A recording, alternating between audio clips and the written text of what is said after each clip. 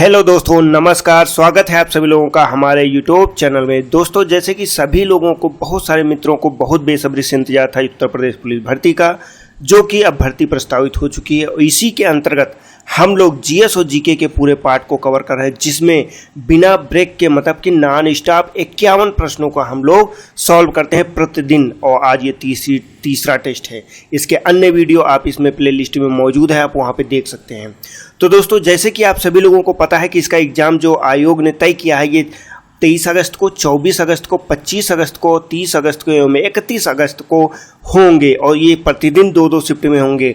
और आप इसमें सामान्य ज्ञान का पूरा कवर कर रहे हैं, जिसमें 38 प्रश्न आएंगे। इसके साथ में हम पूरा आपका करंट अफेयर्स भी कवर कराएंगे। तो दोस्तों, अगर अभी तक का आपने हमारे चैनल को सब्सक्राइब नहीं किया है तो हमारे चैनल को सब्सक्राइब अवश्य कर लीजिए, वीडियो को लाइक कीजिए और अधिक से अधिक अपने दोस्तों को शेयर कीजिए, ताकि उनका भी फायदा हो, आपका भी फायदा हो। चलते हैं हम लोग, देखते हैं कि देखिए, मुझे पूरी उम्मीद है कि आप लोग एकदम रेडी होंगे हमारे आज के सेगमेंट के लिए। तो हम लोग प्रारंभ करते हैं अपने आज के सेगमेंट को और स्टार्ट करते हैं अपने नॉन स्टॉप प्रश्नों की श्रृंखला को। ठीक है, तो आज का हमारा पहला प्रश्न है, 82 अंश 30 मिनट पूर्व जिसे भारत का मानक मेरिडियन के रूप में चुना गया है, उत्तर प्रदेश के किस जिले से होकर गुजरती है? विकल्प क्या है? ए विकल्प में दिया गया कानपुर, बी विकल्प में आजमगढ़, सी विकल्प में इलाहाबाद और डी विकल्प में हमीरपुर दिया गया है। तो इसका सही आंसर क्या होगा? दोस्तों, पहली चीज इसमें पूछा क्या जा रहा है, अगर आपको ये चीज समझनी, इसमें आपसे पूछा जा रहा है कि जो 82 अंश मतलब 82.5 अंश है, ये देशांतर की बात कर रहा है। जो 82.5 अंश देशांतर है, ये भारत का मानक समय है। मानक समय जिसको 5 घंटा 30 मिनट प्लस में देखा जाता है, तो ये वही मानक समय है। मानक मेरिडियन के रूप में चुना, ये उत्तर प्रदेश के किस जिले से होकर गुजरती है? तो ये आप सभी को पता है कि कहाँ से होकर गुजरती है। तो ये उत्तर प्रदेश के इलाहाबाद से होकर गुजरती है। इसमें कुछ लोगों को मानना है कि ये नैनी से होकर गुजरती है। वहीं पे कुछ स्रोत में अगर आप देखेंगे तो वहाँ पे मिर्ज़ापुर का भी जिक्र आता है कि मिर्ज़ापुर से होकर गुजरती है। लेकिन जो सबसे अथेंटिक और सबसे मानक है, ये इलाहाबाद का नैनी क्षेत्र है, यहाँ से होकर गुजरती है 82.5 अंश मानक समय रेखा। अगर 0 अंश की बात करते हैं तो इसको ग्रीनविच रेखा बोलते हैं। ये जो हमारी ब्रिटेन है, वहाँ की एक वेधशाला है ग्रीनविच रेखा, तो वहीं से होकर गुजरती है। उसी के नाम पे इसको ग्रीनविच रेखा भी रखा गया है, जो 0 अंश देशांतर है। लेकिन ये 82.5 अंश देशांतर है, जो कि भारत की मानक समय रेखा है। हम बढ़ते हैं अपने अगले क्वेश्चन पे। हमारा अगला प्रश्न संख्या 2 है, किस मुगल बादशाह ने वसीयत लिखकर अपने पुत्रों को यह निर्देश दिया था कि वह असद खां को वजीर बनाएं? विकल्प क्या है? ए विकल्प में औरंगजेब ने, बी विकल्प में अकबर ने, सी विकल्प में हुमायूं ने और डी विकल्प में अकबर ने। तो देखिए, यहाँ पे प्रश्न आपसे क्या कह रहा है कि भैया ऐसा कौन सा मुगल बादशाह था जिसने वसीयत में इस चीज़ का जिक्र किया था कि जो है असद खां को वजीर बनाया जाए। मतलब ऐसा और किसी ने नहीं किया, लेकिन एक मुगल बादशाह ऐसा भी था जिसने वसीयत में इस चीज़ का जिक्र किया था असद खां के बारे में। तो कौन है? तो वो औरंगजेब है। औरंगजेब ने अपनी वसीयतनामा लिखा था, उसमें इस चीज़ का जिक्र किया था। इसे भी आपको याद रखना है, ये भी आपका जो है काफ़ी इंपॉर्टेंट प्रश्न है। हम बढ़ते हैं अपने अगले क्वेश्चन पे। हमारा अगला प्रश्न संख्या 3 है, निम्नलिखित में से किस आदिवासी विद्रोह को बंकिम चंद्र चटर्जी ने अपने उपन्यास आनंद मठ के माध्यम से प्रसिद्ध किया? विकल्प आपका ए है सन्यासी विद्रोह, बी विकल्प है रमोसिस का विद्रोह, सी विकल्प है कित्तूर राइजिंग या डी विकल्प है संभलपुर का प्रकोप। तो भैया इसका क्या है? सही आंसर क्या होगा इसका? तो आपको ये याद रखना है कि जो आदिवासी विद्रोह है ये कौन सा है? तो भैया ये सन्यासी विद्रोह है। ए विकल्प इसका सही है। सन्यासी विद्रोह जब 1770 से लेकर 77 के मध्य ये सन्यासी विद्रोह हुआ था। कहाँ पे? तो पंडित भवानी चरण पाठक के नेतृत्व में हुआ था। तो ये चीज़ आपको याद रखना, कहाँ पे? तो 1770 से लेकर 77 के मध्य पंडित भवानी चरण पाठक के नेतृत्व में हुआ था। और कहाँ पे हुआ था? तो अगर आपसे पूछता है तो जलपाईगुड़ी के मुर्शिदाबाद और बैकुंठपुर जंगलों के आसपास ये हुआ था। और ये कैसा था? तो ये आपका सन्यासी विद्रोह था। इसको प्रसिद्ध किसने किया था? तो बंकिम चंद्र चटर्जी ने किया था। क्या कौन सा उपन्यास है? तो आनंद मठ है। यहाँ पे कई चीज़ें आपसे पूछी जा सकती है। पहला प्रश्न तो आपसे ये सिंपल यही हो गया। आपसे ये भी पूछा जा सकता है कि आनंद मठ जो है आनंद मठ उपन्यास, इसका लेखक कौन है? तो बंकिम चंद्र चटर्जी हैं। या फिर आदिवासी विद्रोह पर आधारित उपन्यास आनंद मठ को किसने लिखा? तो बंकिम चंद्र चटर्जी ने लिखा है। या फिर आप सन्यासी विद्रोह पर बंकिम चंद्र चटर्जी द्वारा लिखित कौन सा उपन्यास है? तो आनंद मठ है। तो इस तरह से अलग अलग तरह के प्रश्न आपसे पूछे जा सकते हैं, ये भी आपको याद रखने। हम लोग बढ़ते अपने अगले क्वेश्चन पे। हमारा अगला प्रश्न संख्या 4 है, निम्नलिखित में से किस राज्य में बहिनी दरबार समाचार पत्र महिलाओं द्वारा और महिलाओं के लिए प्रकाशित होता है। ये आपके लिए इंपॉर्टेंट क्वेश्चन है, क्योंकि देखिए ये ऐसे प्रश्न हैं जो कि मतलब महिलाओं का सशक्तिकरण के बारे में प्रदर्शित करते हैं। तो हो सकता है कोई व्यक्ति हो जो आपसे ये प्रश्न पूछ ले, तो भैया कौन है? तो बहिनी दरबार समाचार पत्र है और ये महिलाओं द्वारा और महिलाओं के लिए प्रकाशित होता है। इसकी एक विशेषता ये भी है कि ये हस्तलिखित है। कैसा? तो ये हस्तलिखित है पूरी तरह से। मतलब इसका अर्थ क्या होता है? हाथ से लिखा हुआ, हाथ से ही लिखा जाता है। पूरा अखबार जो लिखा जाता है ये हाथ से लिखा जाता है। तो भैया हाथ से लिखित, हस्तलिखित है। विकल्प आपका ए विकल्प है पश्चिम बंगाल, बी विकल्प है झारखंड, सी विकल्प है महाराष्ट्र, डी विकल्प है मध्य प्रदेश। तो सही आंसर क्या होगा? तो मध्य प्रदेश इसका सही आंसर है। 2008 से इसका प्रकाशन किया जा रहा है। कब से? तो 2008 से। इसे भी आपको याद रखना है। हम बढ़ते अपने अगले क्वेश्चन पे। हमारा अगला प्रश्न संख्या 5 है, भारत में स्वतंत्रता के बाद कितनी बार नोटबंदी हुई है? ये प्रश्न देखिए, ये प्रश्न पूछा गया था आपके प्रीवियस ईयर, अगर कोई पेपर उठाएंगे तो उसमें ये क्वेश्चन शायद पूछा गया था कितनी बार नोटबंदी हुई है। तो भैया इसमें विकल्प क्या दिया गया है? विकल्प ए में दिया गया है ए विकल्प बी में दिया गया है सी 3 विकल्प सी में दिया गया 4 और विकल्प डी में दिया गया 5। तो इसका सही आंसर क्या होगा? अगर हम भैया 2016 तक का जोड़े तो 16 तक का 2 बार नोटबंदी हुई, लेकिन अभी इसके बाद में 2000 नोटों का फिर से बंद कर दिया गया है। तो इसके बाद इसका सही आंसर क्या होगा? विमुद्रीकरण या नोटबंदी कितनी बार हुई है? तो इसका सही आंसर 3 है। 3 बार अभी तक का इसकी नोटबंदी की जा चुकी है। ठीक, नोटबंदी होता क्या है? तो नोटबंदी होता है कि वर्तमान में प्रचलित आपकी सभी नोटों को परिवर्तित किया जाता है किसी अन्य मुद्रा में। मतलब वर्तमान में जो आपकी मान्य मुद्रा होती है, जैसे कि पहले 500 एवं 1000 की नोट थी, इसको क्या किया गया? इसको विमुद्रीकृत कर दिया गया। मतलब ये अब वैध मुद्रा नहीं रहेगी, इसके स्थान पे 2000 और 500 की नोट को लाया गया था। ये प्रधानमंत्री मोदी के कार्यकाल में हुआ था। ये तो सभी को पता है, इसमें सभी लोग लाइन भी लगे थे। तो दोस्तों इसे भी आपको याद रखना, 3 बार किया जा चुका है। हम अगले क्वेश्चन पे चलते हैं। हमारा अगला प्रश्न संख्या 6 है, व्हिटनी ह्यूस्टन किस क्षेत्र से संबद्ध हैं? विकल्प आपका यह है, ए विकल्प लोक गायकी से, बी विकल्प पॉप गायकी से, सी विकल्प है शास्त्रीय गायकी से, डी विकल्प है इनमें से कोई नहीं। देखिए ये क्वेश्चन आपको लग सकता है कि थोड़ा सा इंपॉर्टेंट कम है, लेकिन हाँ ये एक इम्पॉर्टेंट क्षेत्र का क्वेश्चन है, क्योंकि ये पॉप गायकी के सबसे बड़े जो है गायक हैं और कहीं ना कहीं इनके एल्बम इतने मतलब जो है कहते हैं एक रिकॉर्ड तोड़ना, तो हद से ज़्यादा रिकॉर्ड तोड़े हैं। तो इसीलिए ये जो अंतर्राष्ट्रीय स्तर पर काफ़ी फेमस हैं। तो इसीलिए व्हिटनी ह्यूस्टन को आपको याद रखना है, पॉप गायकी से संबंधित हैं, आपको ये प्रश्न याद रखना है। हम बढ़ते हैं अपने अगले क्वेश्चन पे। हमारा अगला प्रश्न संख्या 7 है, निम्नलिखित महासागरीय धाराओं में से कौन सी अन्य दी गई धाराओं से भिन्न है? देखिए अब यहाँ पे 4 धाराएं दी गई हैं। ए विकल्प क्या है? खाड़ी धारा, बी विकल्प है कोरोसियो धारा, सी विकल्प है उत्तरी अटलांटिक बहाव धारा और डी विकल्प है लैब्राडोर की धारा। तो ये अन्य विकल्प धाराओं से कैसे भिन्न है? तो ये आपको बताना है। तो भैया ये लैब्राडोर की जो धारा है, जलधारा, ये अन्य धाराओं से भिन्न है, ये आपको याद रखना। हम बढ़ते हैं अपने अगले क्वेश्चन पे। हमारा अगला प्रश्न संख्या 8 है, किस सिख गुरु ने आदि ग्रंथ संकलित किया था? ये भी आपका इंपॉर्टेंट क्वेश्चन है, ये धर्म से संबंधित है, इतिहास के अंतर्गत हम लोग इसे पढ़ते हैं। विकल्प है ए गुरु अंगद ने, विकल्प बी है गुरु रामदास ने, विकल्प सी है गुरु अर्जुन देव ने, विकल्प डी है गुरु हरराय ने। तो भैया किसने किया था? ये क्या था? तो आदि ग्रंथ जो था, आदि ग्रंथ की रचना किसने की थी? तो ये गुरु अर्जुन देव ने आदि ग्रंथ की रचना की थी। ये आपको याद रखना है, गुरु अर्जुन देव आदि ग्रंथ की रचना की थी। ठीक है, हम बढ़ते हैं अगले क्वेश्चन पे। हमारा अगला प्रश्न है प्रश्न संख्या 9, भारत में जैन मान्यता के अनुसार एक तीर्थंकर को एक तीर्थ के संस्थापक के रूप में परिभाषित किया गया है। 24 तीर्थंकरों में से पहले कौन थे? देखिए अब विकल्प क्या है? ए विकल्प है महावीर, बी विकल्प है पार्श्वनाथ, सी विकल्प है ऋषभनाथ और डी विकल्प है अभिनंदना। तो कौन है भैया? पूछ रहा, जैन मान्यता में 24 तीर्थंकर तो होते हैं, ये सभी जानते हैं, लेकिन इसमें पहले कौन है ये आपको बताना है।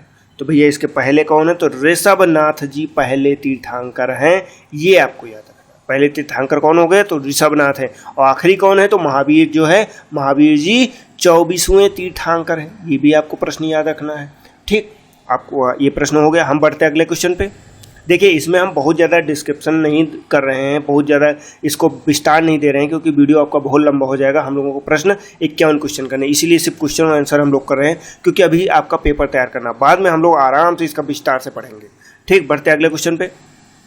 हमारा प्रश्न संख्या 10 है, किसका गुणसूत्र संतान में लिंग निर्धारण के लिए उत्तरदायी होता है? विकल्प है स्त्री का, बी विकल्प है पुरुष का, सी विकल्प है दोनों में से कोई नहीं, डी विकल्प में स्त्री या पुरुष दोनों में, मतलब दोनों का कोई भी हो सकता है। ठीक, तो किसका करता है? देखिए पूछ रहा है गुणसूत्र लिंग निर्धारण किसके द्वारा होता है, तो भैया इसमें क्या सही हो जाएगा? तो बहुत लोगों को ये क्वेश्चन पता होगा, ये बहुत आसान क्वेश्चन है बायोलॉजी का, लेकिन अगर पूछ लेता है तो काफ़ी लोग इसको गलत कर देते हैं। तो इसका सही आंसर बी है, पुरुष का गुणसूत्र ही जो है लिंग निर्धारण के लिए जिम्मेदार होता है, क्योंकि आपको सभी को पता है कि स्त्री का जो गुणसूत्र होता है ये एक्स जो है एक्स टाइप में होता है, पुरुष का गुणसूत्र जो है एक्स वाई टाइप में होता है। तो इस तरह से इसका निर्धारण होता है, जब एक्स वाई मिलता है तभी जो है पुरुष का निर्माण होता है।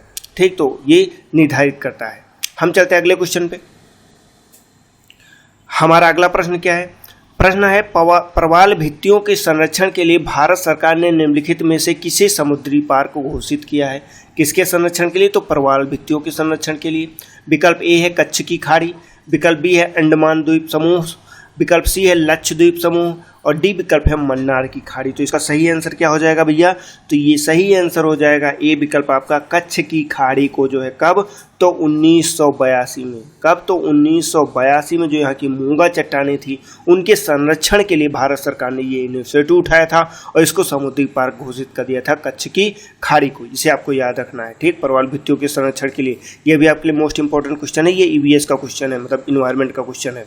हम बढ़ते हैं अगले क्वेश्चन पे। हमारा अगला 12 नंबर प्रश्न है, तुलु के राजवंश की स्थापना किसने की थी? विकल्प ए है नरसा नायक, बी विकल्प है कृष्णदेव राय, सी विकल्प है अच्युत राय या डी विकल्प है वीर नरसिंह को इसने किया था। तो तुलु राजवंश जो है ये कब का है? तो भैया ये 1505 से लेकर 1570 के मध्य जो ये चला है इसको तुलु राजवंश कहते हैं। ये वीर नरसिंह ने जो है इसकी स्थापना की थी। डी विकल्प आपका ये सही हो जाएगा। हम बढ़ते हैं अगले क्वेश्चन पे। हमारा अगला प्रश्न संख्या 13 है, पुलिस अनुसंधान एवं विकास ब्यूरो के तत्वाधान में निम्नलिखित में से कौन सा संस्थान स्थापित किया गया था? ए विकल्प है सरदार वल्लभ भाई पटेल राष्ट्रीय पुलिस अकादमी, बी विकल्प है केंद्रीय पुलिस प्रशिक्षण अकादमी और सी विकल्प है राष्ट्रीय जांच एजेंसी और डी विकल्प है आंतरिक सुरक्षा अकादमी। तो इसका सही आंसर क्या हो जाएगा? तो बी विकल्प इसका सही है, केंद्रीय पुलिस प्रशिक्षण अकादमी जो है इसका जो है पुलिस अनुसंधान एवं विकास ब्यूरो के तत्वाधान में गठन किया गया था। ये आपको याद रखना है।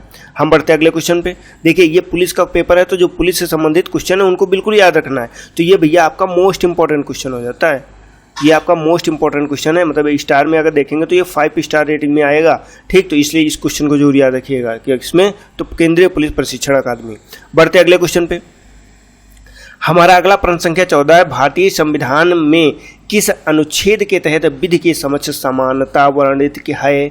क्या पूछ रहा है आपसे? विकल्प पहले देख लेंगे। ए विकल्प है अनुच्छेद 17, बी विकल्प है अनुच्छेद 14, सी विकल्प है अनुच्छेद 15, डी विकल्प है अनुच्छेद 21। इसका आंसर क्या होगा? तो देखिए पूछ आपसे ये रहा है कि समानता का वर्णन किया गया है, तो भैया किसमें समानता का वर्णन किया गया है? मतलब सभी व्यक्ति एक दूसरे के समान हैं, ये किसमें कहा गया है? तो भैया ये अनुच्छेद नंबर 14 में कहा गया है। किसमें? तो अनुच्छेद 14 में कहा गया है कि सभी व्यक्ति समान है। विधि के समक्ष समानता किसमें दिखाई गई है? तो ये अनुच्छेद 14 में। ठीक, इसे आपको याद कर लेना है, रट लेना है। ठीक, हम बढ़ते अगले क्वेश्चन पे। हमारा अगला प्रश्न संख्या 15 है, किस राज्य सरकार ने नीलगिरी तहर परियोजना की घोषणा की है, जो भारत की अपनी तरह की पहली पहल है, जिसका उद्देश्य राज्य पशु के मूल निवास स्थान को बहाल करना एवं उसकी आबादी को स्थिर करना है? विकल्प क्या है? केरल है, बी विकल्प है कर्नाटक है, सी विकल्प है तमिलनाडु है, डी विकल्प है तेलंगाना। ये भैया जो हमारा पर्यावरण है उससे संबंधित प्रश्न है और इसमें आपसे क्या कह रहा है? तो इसमें नीलगिरी तहर परियोजना शुरू की गई और इसका उद्देश्य क्या है? तो जो राज्य का पशु है, पशु को उसके स्थान पे बहाल करना और उसकी आबादी को भी बनाए रखना है। तो ये कौन है? तो ये भैया आपका सही आंसर है तमिलनाडु। तमिलनाडु सरकार ने ये ऐसा इनिशिएटिव उठाया है। हम बढ़ते हैं अपने अगले क्वेश्चन पे। हमारा प्रश्न संख्या 16 है, पहली बार भारत पर आक्रमण करने वाला मुस्लिम कौन था? विकल्प ए है फिरदौस शाह, बी विकल्प है मोहम्मद गोरी, सी विकल्प है मोहम्मद बिन कासिम, डी विकल्प है मोहम्मद गजनवी। तो महमूद गजनवी तो कौन है भैया जिसने जो है पहली बार भारत पर आक्रमण किया था? तो कौन है? तो ये सी विकल्प सही है, मोहम्मद बिन कासिम ऐसा व्यक्ति मुस्लिम है जिसने पहली बार भारत पर आक्रमण किया था। हम लोग बढ़ते हैं अपने अगले क्वेश्चन पे। हमारा अगला प्रश्न संख्या 17 है, निम्नलिखित में से कौन सी वेबसाइट 3 आयामी तरीके से किसी विशिष्ट जगह के व्यू या रिव्यू करने में मदद करती है? देखिए ये आपके कंप्यूटर से संबंधित प्रश्न है। विकल्प क्या है आपका? गूगल अर्थ, ए विकल्प है, बी विकल्प है गूगल मेल, सी विकल्प है गूगल डेस्कटॉप, डी विकल्प है गूगल वीडियो प्लेयर। तो इसका सही आंसर क्या होगा? पूछ क्या रहा आपसे, कौन सी वेबसाइट है जो 3 आयामी, मतलब इसको 3 आयामी का 3D बोलते हैं, 3D तरीके से जो है किसी स्थान को व्यू करना है या रिव्यू करना है या देखना है, ये कर सकते हैं। तो ये भैया गूगल अर्थ के माध्यम से संभव है। आप गूगल में सीधे सर्च कीजिए गूगल अर्थ, वहाँ पे आप पृथ्वी को 3 डायमेंशनल तरीके से देख सकते हैं। ये आपका सही आंसर क्या हो जाएगा? गूगल अर्थ हो जाएगा। हम बढ़ते हैं अगले क्वेश्चन पे। हमारा अगला प्रश्न संख्या 18 है, शिवाजी के मंत्रिमंडल को क्या कहा जाता है? विकल्प है ए अष्टप्रधान, बी विकल्प है समिति, सी विकल्प क्या है आपका ग्राम, डी विकल्प है सभा। तो देखिए भैया यहाँ पे जो इम्पोर्टेंट है, तो भैया शिवाजी का जो मंत्रिमंडल था इसको क्या कहते थे? तो इसको अष्टप्रधान कहते थे। ए विकल्प आपका पूरी तरह से सही। अब जैसे अष्टप्रधान में क्या क्या शामिल था, इसमें अगर अधिकारियों की बात करते हैं तो पहला था पेशवा, दूसरा था आमात्य, तीसरा था वकिया नवीस, और चौथा था सुमंत, और पांचवा था सूरनवीस, और जो छठा था ये क्या था? सर ए नौबत, और आपका सातवां क्या था? पंडित राव, और आठवां क्या था? ये न्यायाधीश था। इस तरह से 8 लोगों को मिलाकर, 8 अधिकारियों को मिलाकर इसका शिवाजी का मंत्रिमंडल का निर्माण किया गया था, जिसको क्या बोलते थे? तो इसको अष्टप्रधान बोला जाता था। तो ये भी आपको याद रखना है। हम बढ़ते हैं अगले क्वेश्चन पे। हमारा अगला 19 नंबर प्रश्न है, केंद्रीय सड़क परिवहन एवं राजमार्ग मंत्री नितिन गडकरी ने किस राज्य के देश में दूसरे सबसे लंबे, मतलब कैसे? तो दूसरे की बात करा, दूसरे सबसे लंबे केबल आधारित 8 लेन जुआरी ब्रिज का उद्घाटन किया है। मतलब सबसे लंबा है, लेकिन कौन? दूसरे स्थान पे सबसे लंबा है। तो ये आपको याद रखना है। तो कौन सा इसका है? ए विकल्प है महाराष्ट्र, बी विकल्प है गोवा, सी विकल्प है छत्तीसगढ़, डी विकल्प है तमिलनाडु। तो इसका सही आंसर क्या है? तो बी विकल्प इसका सही हो जाएगा, गोवा। गोवा के अंतर्गत जो है जुआरी ब्रिज है। ठीक, इसे आपको याद रखना है। हम बढ़ते हैं अपने अगले क्वेश्चन पे। हमारा अगला क्वेश्चन क्या है? हमारा अगला 20 नंबर प्रश्न है, निम्न में से कौन सा उपवेद नहीं है? देखिए उपवेद की बात पूछ रहा है यहाँ पे, उपवेद नहीं है। ए विकल्प है धनुर्वेद, बी विकल्प है शस्त्र शास्त्र, सी विकल्प है आयुर्वेद, डी विकल्प है योग वेद। तो इन सभी वेदों में आखिर ऐसा कौन सा वेद है जो कि जो है क्या उपवेद नहीं? तो भैया ये योग वेद जो है ये उपवेद नहीं है। ठीक, इसे आपको याद रखना। जैसे कि धनुर्वेद जो है यजुर्वेद का उपवेद है, धनुर्वेद यजुर्वेद का उपवेद है, आयुर्वेद ऋग्वेद का उपवेद है। तो इसी तरह से जो है सारे उपवेद हैं, लेकिन योग वेद जो है ये किसी का उपवेद नहीं है। इसे आपको याद रख लेना है। हम बढ़ते हैं अगले क्वेश्चन पे। हमारा अगला प्रश्न संख्या 21 है, एम्पियर एसआई इकाई है।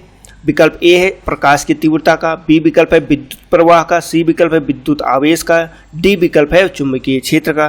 तो इसका सही आंसर क्या होगा? देखिए ये आपके फिजिक्स का क्वेश्चन है। जो एम्पियर एसआई मात्रक है, एसआई के जो 17 मात्रक होते हैं, ये एसआई के मात्रक में आखिर एम्पियर किसका है?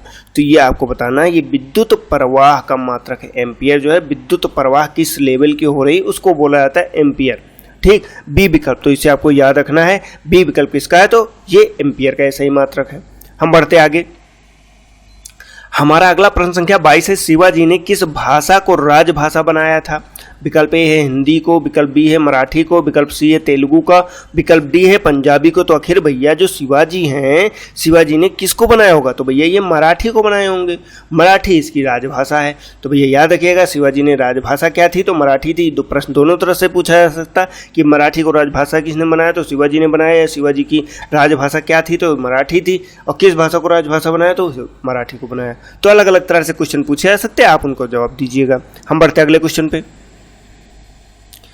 हमारा अगला प्रश्न संख्या 23 है। असम में स्थित मानस वन्यजीव अभ्यारण्य किसके लिए जाना जाता है? विकल्प ए है भालू के लिए, विकल्प बी है हाथी के लिए, विकल्प सी है बाघ के लिए, विकल्प डी है जंगली गधा के लिए। तो भैया इसका सही आंसर क्या होगा आपको बताना है। तो भैया ये हाथी के लिए, जो असम का मानस वन्यजीव अभ्यारण्य है।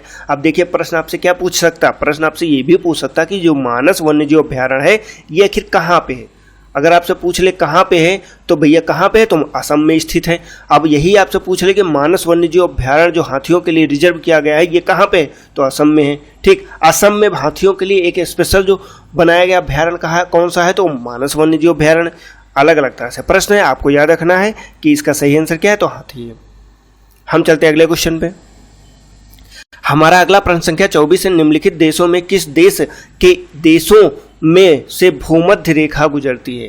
देखिए क्या कह रहा है, निम्नलिखित देशों में से, मतलब जो नीचे देश दिए गए इनमें से एक के देशों में से भूमध्य रेखा गुजरती। भूमध्य रेखा की बात कर रहा है। ये जो 0 अंश होता है ये इसी को कहते हैं भूमध्य रेखा या विषुवत रेखा। ये जो है किन देशों से गुजरती है ये आपको बताना है। तो भैया देखिए ये गुजरती जो है ये कोलंबिया से गुजरती है, केन्या से गुजरती है और इंडोनेशिया से गुजरती है। सही आंसर आपका क्या हो जाएगा, आपका बी विकल्प सही हो जाएगा। कोलंबिया, केन्या और इंडोनेशिया से गुजरती है। इसका सही आंसर क्या होगा, आपका बी आंसर सही हो जाएगा।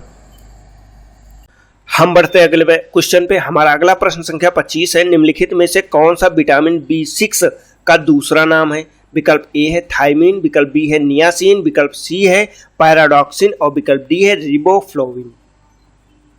तो इसका भैया सही आंसर क्या होगा, आपसे क्या पूछ रहा है, तो विटामिन B6 जो कि किसके लिए इंपॉर्टेंट होता है, बॉडी को बनाने के लिए। अगर किसी के शरीर में विटामिन B6 की कमी होगी तो उसको जैसे एकदम सूखा सूखा सा व्यक्ति होगा। तो इसलिए शरीर की बॉडी को बनाने के लिए किस विटामिन की जरूरत होती है, तो विटामिन B6 की जरूरत होती है। ये पाया किस में जाता है, इसका नाम क्या है, तो ये भैया इसको पैराडॉक्सिन बोलते हैं। और ये पाया किस में जाता है, तो ये चिकन का मांस हो गया, मछली हो गया, आलू हो गया और मकई हो गया। इसमें विटामिन B6 या फिर पैराडॉक्सिन पाया जाता है। इसीलिए बी कॉम्प्लेक्स भी दिया जाता है कि बी से संबंधित जितनी भी जो विटामिन की कमी हो तो बी कॉम्प्लेक्स टेबलेट से पूरी हो जाती है। हम बढ़ते हैं अपने अगले क्वेश्चन पे। हमारा अगला प्रश्न संख्या 26 है। तरणेतर मेला, विकल्प हमारा जो प्रश्न 26 है क्या है, तो तरणेतर मेला किस राज्य में प्रसिद्ध मेला है? विकल्प ए है पंजाब का, विकल्प बी है उत्तर प्रदेश का, विकल्प सी है बिहार का, विकल्प डी है गुजरात का। तो भैया ये कहाँ का है, तो ये डी विकल्प सही है। गुजरात का तरणेतर मेला सबसे ज्यादा प्रसिद्ध है और इसे आपको याद रखना है। हम चलते हैं अपने अगले क्वेश्चन पे।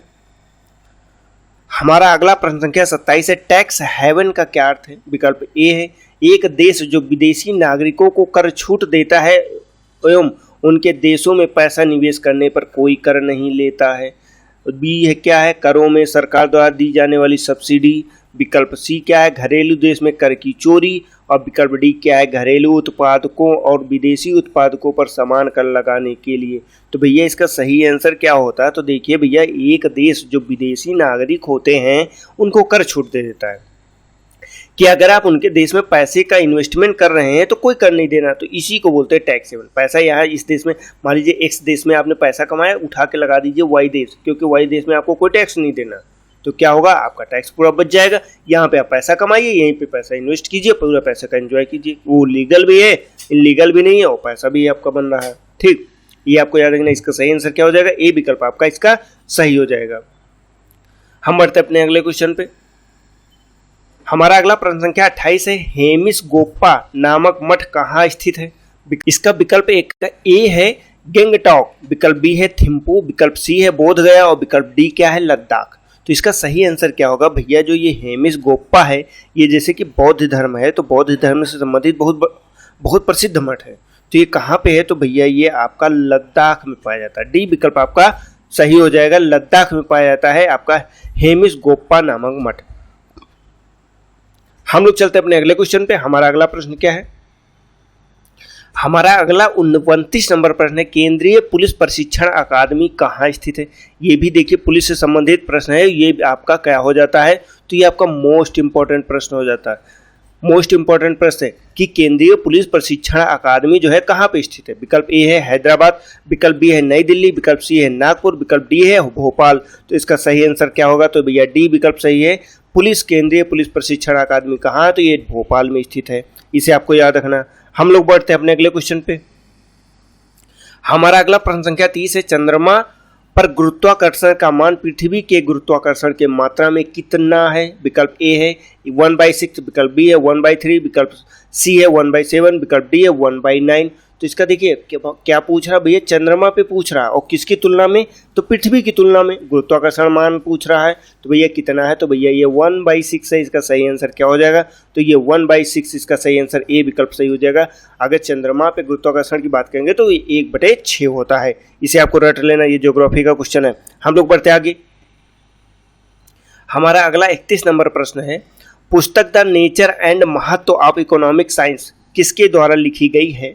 विकल्प ए है अल्फ्रेड मार्शल, विकल्प बी है लियोनेल रॉबिन, विकल्प सी है सैमुएल्सन और विकल्प डी है एडम स्मिथ। तो इसका सही आंसर क्या हो जाएगा? तो भैया इसका सही आंसर है आपका लियोनेल रॉबिन के द्वारा द नेचर एंड महत्व ऑफ इकोनॉमिक साइंस को लिखा गया है। इसे आपको याद रखना, बी विकल्प इसका सही आंसर हो जाएगा। हम लोग चलते अपने अगले क्वेश्चन पे। हमारा अगला 32 नंबर प्रश्न है। भारत में काजू का प्रथम परिचय किन लोगों ने कराया था? इसका पहला विकल्प है डच, दूसरा विकल्प है ब्रिटिश और सी विकल्प दिया गया फ्रांसीसी और डी विकल्प दिया गया पुर्तगाली। तो देखिए भैया क्या कह रहा है, तो देखिए ये आपके जो इतिहास है मॉडर्न हिस्ट्री जब पढ़ेंगे तो उसमें जब हम लोगों को विदेशी कंपनियों का आगमन पढ़ेंगे टॉपिक, वहाँ पे आता है कि भारत में जो विदेशी कंपनियां आई हैं वो अपने साथ क्या क्या लाई। तो यहाँ पे काजू लाने का श्रेय किसको जाता है? तो ये पुर्तगालियों को जाता है। आपका विकल्प कौन सा सही हो जाएगा? डी विकल्प आपका बिल्कुल सही हो जाएगा। भारत में काजू का परिचय किसने कराया?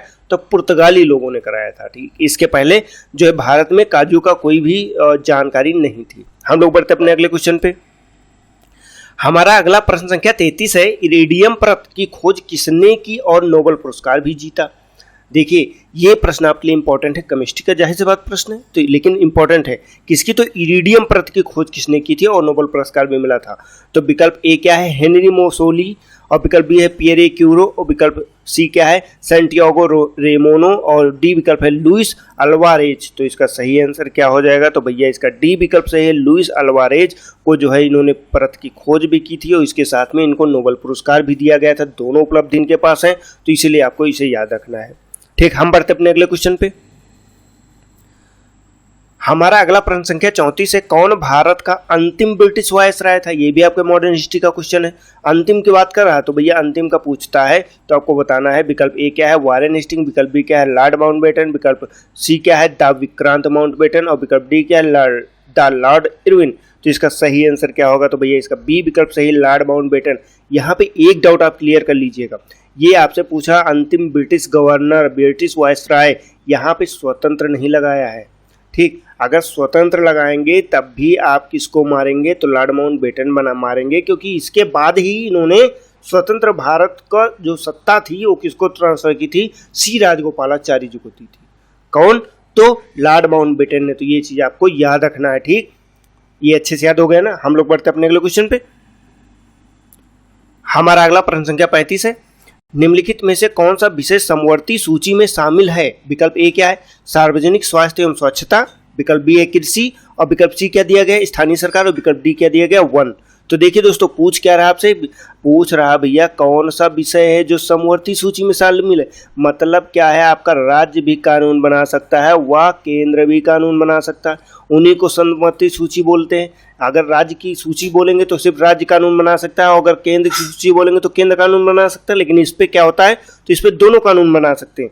तो इसमें कौन सा है? तो भैया ये सार्वजनिक स्वास्थ्य एवं स्वच्छता जो होती है इस पे राज्य केंद्र दोनों सरकार बना सकते हैं। तो ये आपको याद रखना है। आपका विकल्प ए एकदम सही हो जाएगा। तो हम लोग चलते हैं अपने अगले क्वेश्चन पे। हमारा अगला क्वेश्चन है क्वेश्चन नंबर 36। विकल्प क्या है? मतलब प्रश्न क्या है? भारतीय राष्ट्रपति ने आयरिश स्वतंत्रता संग्राम में भाग लिया। ठीक, इसके लिए जेल भी गए। अब पूछ क्या रहा आपसे? विकल्प क्या है? वी गिरी, बी विकल्प है नीलम संजीवा रेड्डी, डी सी विकल्प है डॉक्टर शंकर दयाल शर्मा और डी विकल्प है डॉक्टर एस राधाकृष्णन। आपसे प्रश्न ये पूछ रहा है कि भैया ऐसा कौन सा भारतीय राष्ट्रपति था जो आयरिश स्वतंत्रता संग्राम जब हो रहा था तो उसमें पार्टिसिपेशन भी हुआ था और जेल भी गया था। तो ऐसे कौन से भैया राष्ट्रपति थे? ये आपका देखिए इस तरह के क्वेश्चन आपसे मोस्ट इंपॉर्टेंट होते हैं। हो सकता है ये क्वेश्चन आपने पहले कभी ना देखा हो लेकिन ये क्वेश्चन आपके लिए महत्वपूर्ण है। ठीक, आपका बिल्कुल नया क्वेश्चन मिल गया। तो इसका सही आंसर क्या हो जाएगा? तो इसका ए विकल्प सही है, वी गिरी। वी गिरी ऐसे पहले मतलब ऐसे एक राष्ट्रपति थे जिन्होंने ऐसा किया था। हम लोग बढ़ते हैं अपने अगले क्वेश्चन पे। हमारा अगला क्वेश्चन नंबर 37 है, निम्नलिखित में से कौन सी पुस्तक अलेक्जेंडर ड्यूमा द्वारा लिखी गई है? विकल्प ए क्या है? The three musketeers. विकल्प बी क्या है? The adventure of Tom Sawyer. और विकल्प सी क्या दिया है? The decline and fall of Roman empire. विकल्प डी क्या है? The old man and the sea. और पूछ किसके द्वारा रहा? तो अलेक्जेंडर ड्यूमा द्वारा पूरा रहा। देखिए ये सारी किताबें वो मैंने डाली हैं जो मतलब काफ़ी ज़्यादा इंपॉर्टेंट है और काफ़ी ज़्यादा पूछी भी जाती हैं, तो इसीलिए। तो भैया अलेक्जेंडर ड्यूमा द्वारा लिखा गया पुस्तक कौन सी है? तो द थ्री जो है मस्केटियर्स, ये पुस्तक इंपॉर्टेंट है, ये आपसे पूछा जाता है। ठीक, इसे आप आपको याद रखना। हम बढ़ते हैं अपने अगले क्वेश्चन पे। हमारा प्रश्न संख्या 38 है, भारत में कौन सी पंचवर्षीय योजना खादी एवं ग्रामीण उद्योग आयोग की स्थापना योजना में की गई थी? आपसे प्रश्न पूछ रहा है। विकल्प क्या है? प्रथम पंचवर्षीय योजना। बी विकल्प है द्वितीय पंचवर्षीय योजना। सी विकल्प है तृतीय पंचवर्षीय योजना। और डी विकल्प है चतुर्थ पंचवर्षीय योजना। तो देखिए आपसे क्या प्रश्न है? तो भैया जो खादी ग्रामीण उद्योग है, इस आयोग की स्थापना आखिर किस में की गई थी? तो इसका सही आंसर क्या होगा? तो भैया द्वितीय पंचवर्षीय योजना में की गई थी। और ये कब से कब तक का था? तो ये 1956 से लेकर 1961 तक का था। और ये योजना आयोग कब बनाया गया? तो ये 1956 में बनाया गया। दोनों चीज़ें याद रखिएगा कि अगर इसका काल पूछ लेता है, क्योंकि हमारे भारत में जो आर्थिक नियोजन हुआ था उसके अंतर्गत हम ये लोग पढ़ते हैं, इकोनॉमिक्स का टर्म है आर्थिक नियोजन, वहाँ पे हम लोग इसको देखेंगे। और इसमें खादी एवं ग्रामीण उद्योग आयोग की स्थापना कब की गई? तो 1956 में की गई थी। इसे आपको याद रखना है। हम बढ़ते हैं अपने अगले क्वेश्चन पे। हमारा अगला प्रश्न संख्या 39 है, राज्य के मंत्रियों को शपथ एवं प्रशासन संविधान की किस अनुसूची के अंतर्गत आते हैं?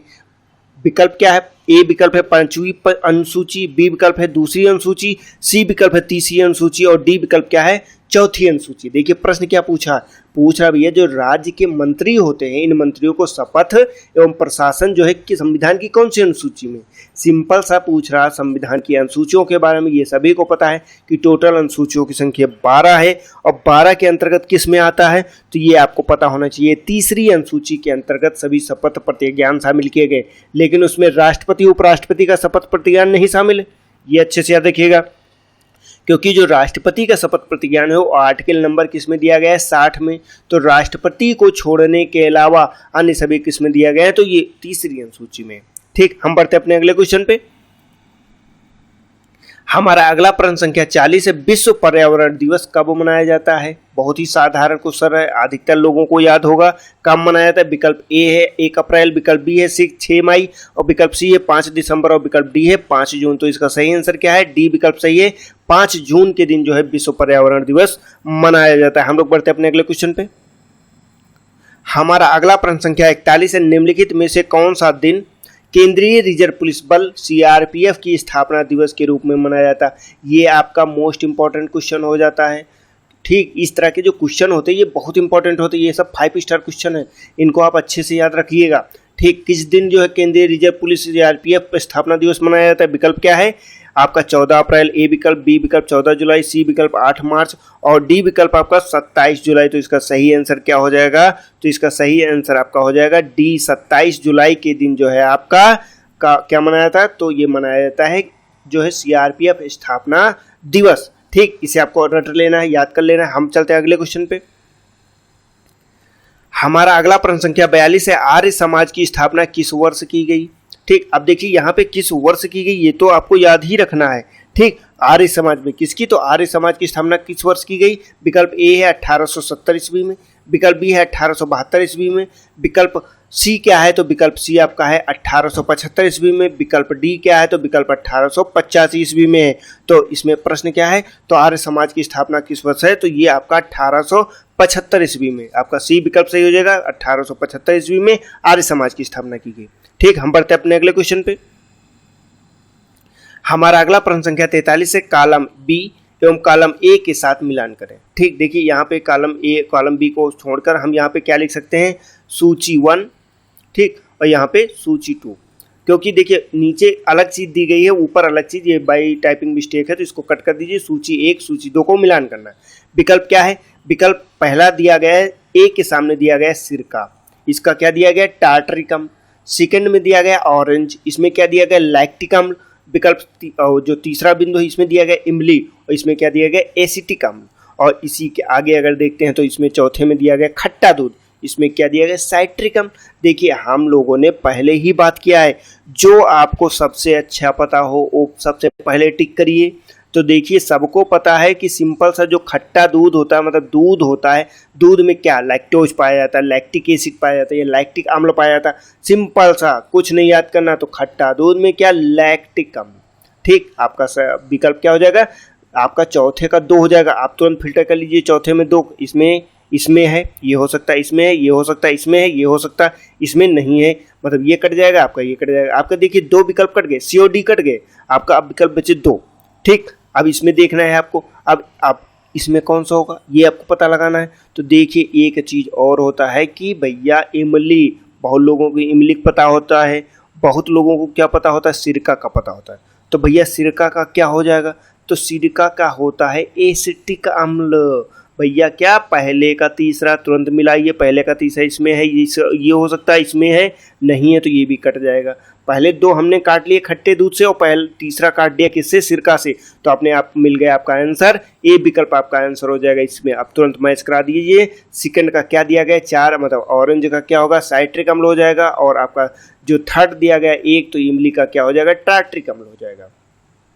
ये आपको रट लेना है, याद कर लेना। इसका सही आंसर क्या हो जाएगा, ए विकल्प आपका इसका सही हो जाएगा। हम लोगों ने मिलान कर लिया, अच्छे से मिलान कैसे करना ये भी हमने समझ लिया। ठीक, हम बढ़ते हैं अगले क्वेश्चन पे। हमारा अगला प्रश्न संख्या 44 है, भारतीय संविधान सभा में कुल कितनी महिला सदस्य थी। यहाँ पे क्या पूछा, संविधान सभा के अंतर्गत महिलाओं की संख्या।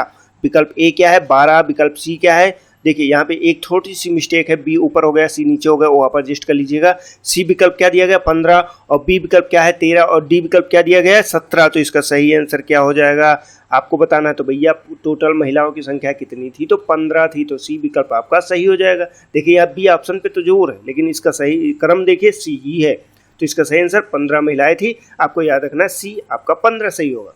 ठीक, हम बढ़ते हैं अपने अगले क्वेश्चन पे। हमारा प्रश्न संख्या 45 है, भारत में थार रेगिस्तान में कच्छ का जो रण है भारत में निम्नलिखित में से किस राज्य में अवस्थित है।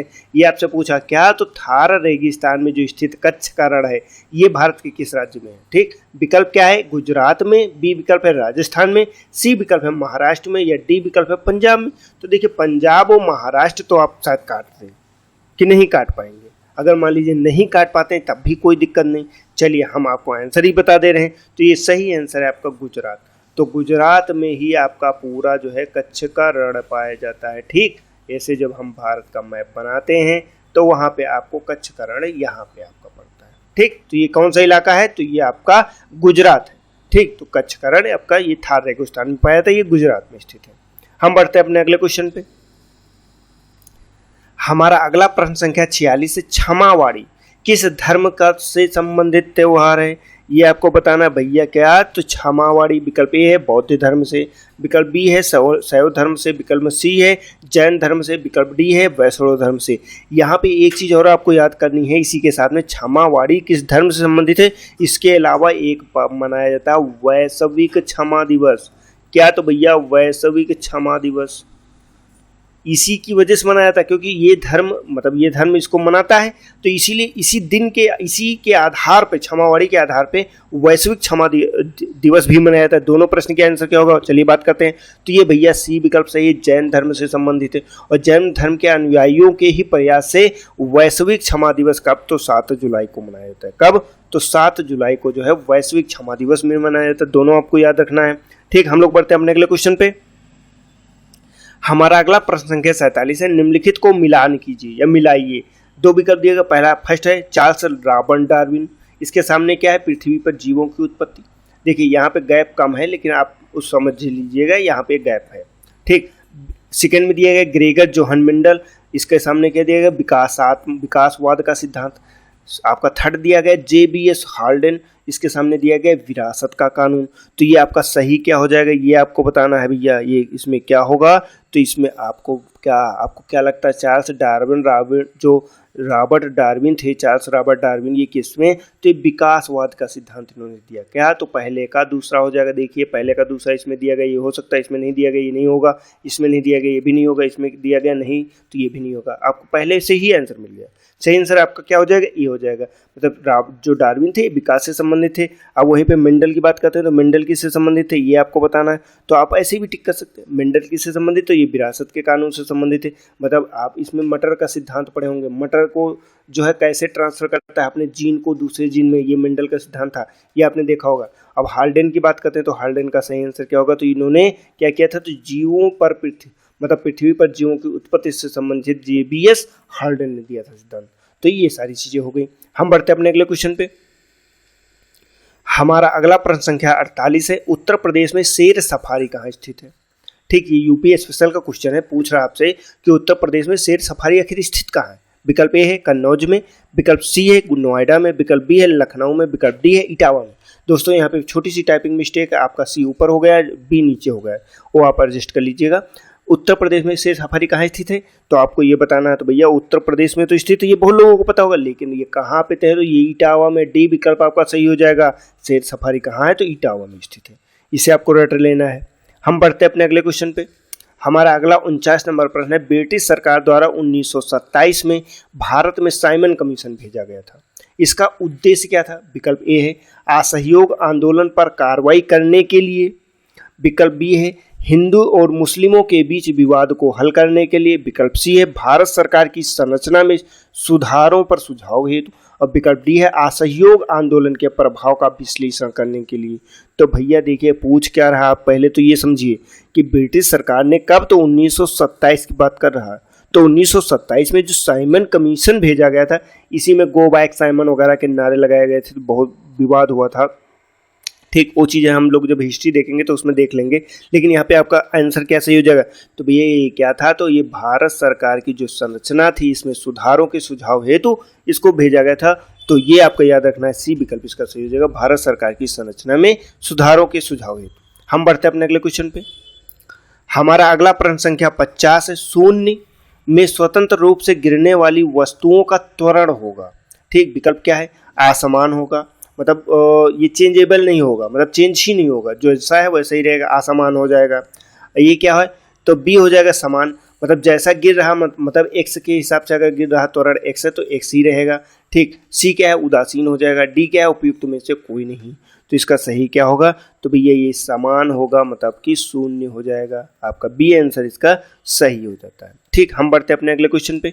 ये हमारा आज का लास्ट क्वेश्चन है, देखते हैं प्रश्न संख्या 51। दक्षिण अमेरिका में विस्तृत वृक्ष विहीन घास के मैदान कहलाते हैं।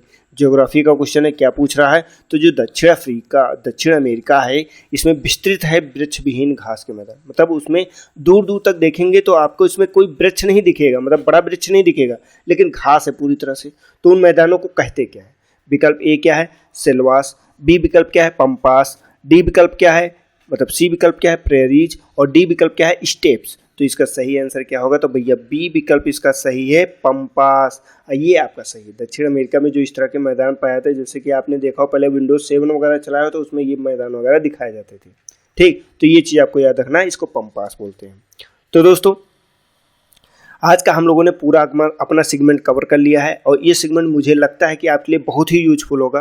तो इसे अधिक से अधिक अपने दोस्तों को भी शेयर कीजिए, और हमारे चैनल को सब्सक्राइब करना बिल्कुल भी मत भूलिए, और वीडियो को लाइक कीजिए। साथ ही में अगर कोई आप इम्प्रूवमेंट चाहते हैं या कोई और जो है किसी टॉपिक पे वीडियो चाहते हैं तो आप उसके लिए कमेंट कर सकते हैं, कमेंट सेक्शन ओपन है। और इसके अलावा आप इसकी PDF या वीडियो को एक जगह पे देखना चाहते हैं तो हमारा गूगल प्ले स्टोर पे हमारा एप्लीकेशन GS स्टडी उपलब्ध है, आप वहाँ पे डाउनलोड कर सकते हैं, वहाँ से देख सकते हैं आप सब कुछ, सारे वीडियो एक साथ में।